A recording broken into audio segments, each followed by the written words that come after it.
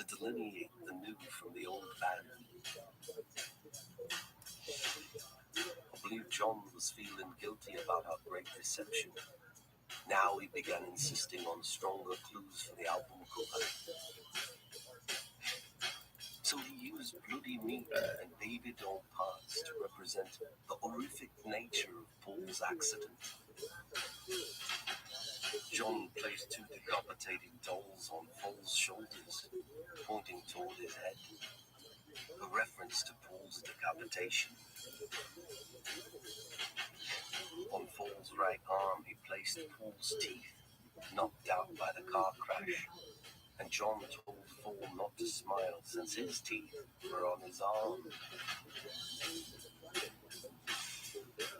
I am holding a baby doll head next to Paul's head, complete with burnt off hair and no teeth.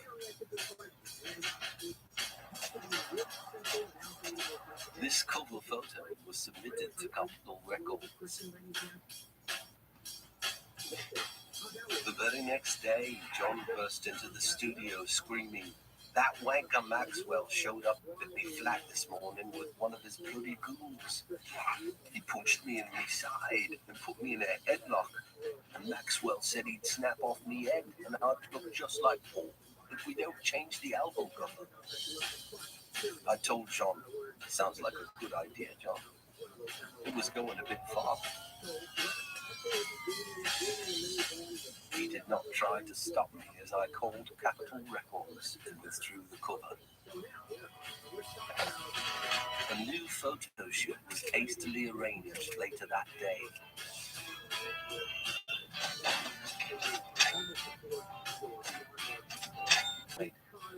Paul would be lying in a coffin. I also remember a scar on Paul's upper lip for plastic surgery.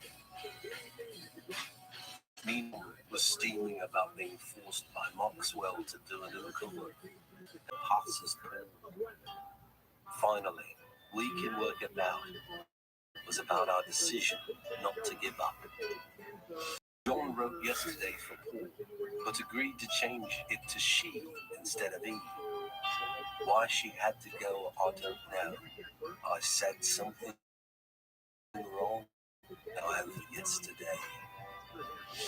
John was still overridden with grief over the row he had with Paul, in which Paul left the studio in such haste.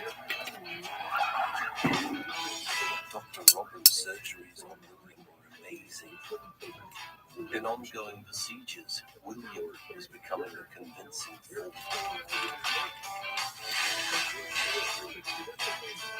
You're a new and better man.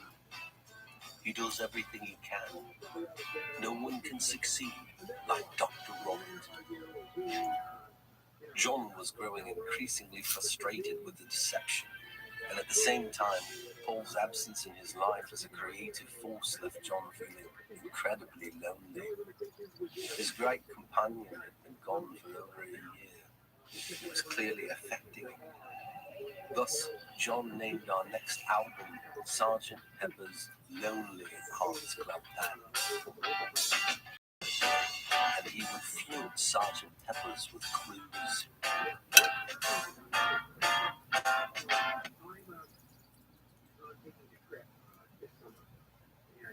This is Sadie. She's on Verizon. Down on, and now she is my plan. The game-changing new plan that lets her get exactly what she wants and save on every perk. Sadie is moving to the big city and making moves on her plan too. Apple One on. Now she's got plenty of entertainment for the whole ride. Finally there, hotspot on, and she's fully connected before her internet is even installed. Introducing my plan. Get exactly what you want, only pay for what you need. Act now and get it for $25 when you bring your phones. It's your Verizon. You want to be like the greats? First, believe you are. Greatness requires grit, not like that. Like this. The greats aren't afraid to fail. They're fueled by it. Trophies require greatness, but greatness doesn't require trophies. Because greatness isn't about what you've done. It's about what you do next.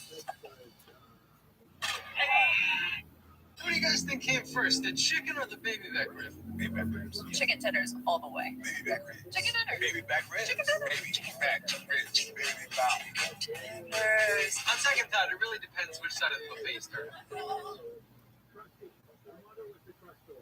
Brother is the trustee. He makes all the decisions relating to the trust. Yoda.